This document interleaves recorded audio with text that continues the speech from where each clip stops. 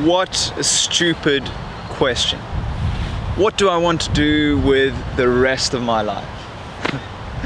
I know I asked this question for myself over and over again, and what I was really doing is trying to get a specific or greater clarity within my life by asking an unspecific question.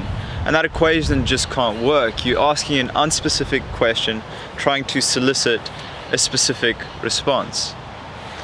So why not reframe this within what we're doing or what we're trying to do or trying to gain clarity in wherever we're going, and ask a more specific question? As asking a more specific question really helped me. An example of this was, I've currently been injured with tennis, so I haven't been able to play. And for a long time, this was like sort of one of the only things I did. So I really had to reassess with what I want to do. So I went searching, and when looking for advice, one of the best pieces on taking advice is taking advice from people you want to be like. As yeah, it's good to stay open-minded to friends, family, and people around you, but what career or what lifestyle would you like to live, and who's already living that, and then how can you sort of bring that about? As I found that was one of the best pieces of like nuggets or wisdom that I've received from someone. So within this, I categorized the certain things from people who are living similar areas or similar lives or lifestyles that I would aspire to live like, and the questions that they use to ask themselves. My friend Joe had this excellent example of interest mapping, which he's going to share with you now, which I found extremely useful, which revealed things that I never thought I was interested in. So I'm going to talk about a little thing called interest mapping that was introduced to me by my good friend, Scott McEwen. I'm going to talk about why it's a simple exercise, it takes 5 to 10 minutes, and why it's life-changing. Now, I want you to picture maybe a younger version of yourself or someone you know who, if they were asked what their interests were, and if they were asked to list a number of their interests, who would come up with a very short, basic list. So say, for example, I'm writing mine down now, and I can only think of a couple, maybe swimming, maybe football, sports in general. Maybe I don't really know much else. Maybe I can't conjure to mind any other interests. Now I want you to think about what that person's like in the world when they're trying to find a job, when they're trying to pick an industry or a career path, when they're trying to connect with friends, when they're trying to answer the question, what comes next? And I'm sure whoever you are watching this, you can connect with one of those questions, or you've connected with or struggled with one of those questions in the past. Now, when you think about what changes when you open up your idea of what an interest is, all right, when you go in without assumptions. So if you spend 5 or 10 minutes sitting down just writing a list of all the things you're interested in and widening up that idea of what an interest can be, because most people doing this exercise really struggle the first time. And they come up with very socially acceptable, maybe, types of interests they think people will expect of them. What if you open up things like animals, pets, minimalism, entrepreneurship, startups, horses, karaoke, philosophy, investing, challenging constructs and beliefs, blah, blah, blah. What an interest is, for the purpose of interest mapping anyway, is really defined by you. And that is, though you might not be able to read it clearly, the last time I did the exercise, the number of things I came out with. They canvas sport, they canvas industries, like I talked about philosophy, lots of different things. Now why? What's the advantage of this? So think about who you are in the world when you're asking those key questions about what comes next. See, an interest is something that's intrinsic. And intrinsic, by that I mean very internally driven. It comes from you. It's genuine. It doesn't depend on plaudits and praise from the outside world. So your interests are the best drives of your performance. And if you're doing things you're interested in, you will do a lot better at those things than anything else. And when I hire people, I look for people who are interested in the job that needs to be done.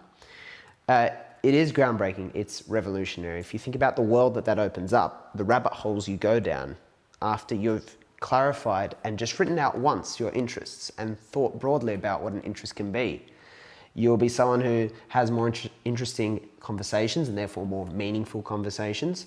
You're someone who finds opportunities easier because something can pop up and people can easily connect to you, or you can connect with an opportunity yourself because you've identified it's something you are interested in. That and many, many more. I mean, the sense of clarity you get from this exercise, from clearly knowing your interests, you can't really have too many. And there's not really many downsides to having a lot, but there's almost limitless upsides. 10-minute exercise, incredibly revolutionary. What unlocks that intrinsic pathway for you in your life? So that is interest mapping, and I hope it creates some clarity for you. Now that you've got your interests, the second step that I found, which James highlights excellently, is how do you lock in or commit to what you're doing? And he takes it from a different approach, which I think can be very useful, as you sometimes don't just want to take one approach, you want to take whichever bits and pieces resonate with you at that time. Because there's obviously different advice for different levels along sort of which journey you're at.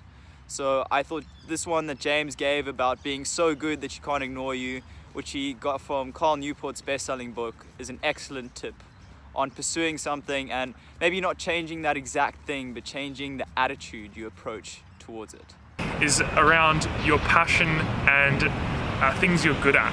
So a lot of people sort of struggle with finding their passion, right? No one really knows, especially uni students, no one knows what they're passionate about, what they really want to do when they're older. But almost everyone knows the things they're good at, the things that you're more inclined to study at university. Like if you're good at maths, maybe you go study maths at uni. But no one really knows, what their passions are. What do they really get excited about? An example to give here in terms of career is the receptionist. So we all know that receptionist lady who works at a school. She's super excited to be there. She's like, yeah, I love school receptionist. Yeah, this is freaking sick. But there's no way that she grew up, wanting to be a receptionist. So she's gained that passion by being good at what she does, and that's an example of how you can use that, I guess, in your career. Is that you can start off doing something that you're good at, and then as you develop that into your career, you slowly gain that passion by doing it. I see this as a sort of sense of balance between order and chaos. There's this order and chaos that we face, and this is taken from Jordan Peterson, who's a well-known psychologist and lecturer, and he wrote the famous book 12 Rules for Life. And I just found this really, really useful, is thinking about it, order and chaos. We don't always want to be in complete and utter order. We sort of want a balance between order and chaos. So the way I thought about it is, with clarity, we don't want absolute clarity on everything we do. Or maybe you do, but for me, you sort of lose that sense of excitement, because we need that sense of uncertainty when we're pursuing something. And that sort of brings an aliveness to what we're doing, or for myself it has, definitely. So I thought about it creating a torch of clarity. So a torch doesn't shine all the way to the horizon and you see the rest of your life, but a torch gives you direction for the next steps you're taking and a bit beyond. So how do you create your torch of clarity? So through answering the first questions, really do take the time, as when I actually wrote it down, I was surprised at what actually came up. And just unfiltered, there's no right or wrong answer, and you can have as many answers or as few answers as you like. Please check out Joe's blog. So I'm going to leave Joe's blog in a link below, and he has all these awesome questions, I guess, for gaining a greater sense of clarity as to where you're going, which I absolutely love.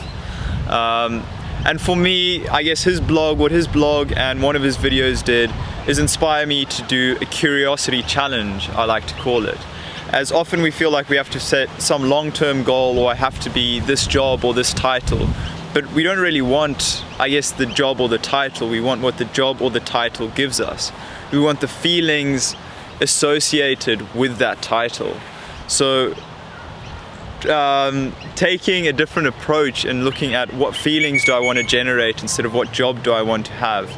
And then finding the feelings you want to generate and then seeing which job you want to have. So say I want a sense of adventure, or I want a sense of, I guess, uncertainty or growth.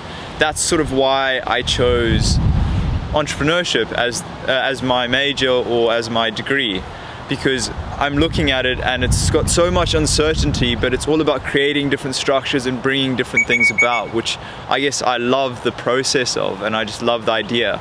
So I don't want to be an entrepreneur. I want what that process gives me, or what that process, or the feelings that process gives me. So through this, I also decided that for my own curiosity challenge, I was going to do, I guess, these videos for, I guess, the next 12 weeks and give myself a challenge to create one per week. As often within a curiosity challenge, how I like to define it is you learning through actually doing the process. So even though this video wasn't completely well scripted and I probably repeated myself a couple of times, I'm chipping away the action, and through the action I gain greater clarity as opposed to just analyzing everything that I'm doing. It's quite funny, I always used to cringe when I used to see YouTubers go, make sure you like, subscribe, hit that notification bell. But you know what, if you found this interesting or useful, please do that. And remember, uncover your truth. You gotta do what Randall Pink Floyd wants to do, man. And let me tell you this, the older you do get, the more rules are gonna try to get you to follow.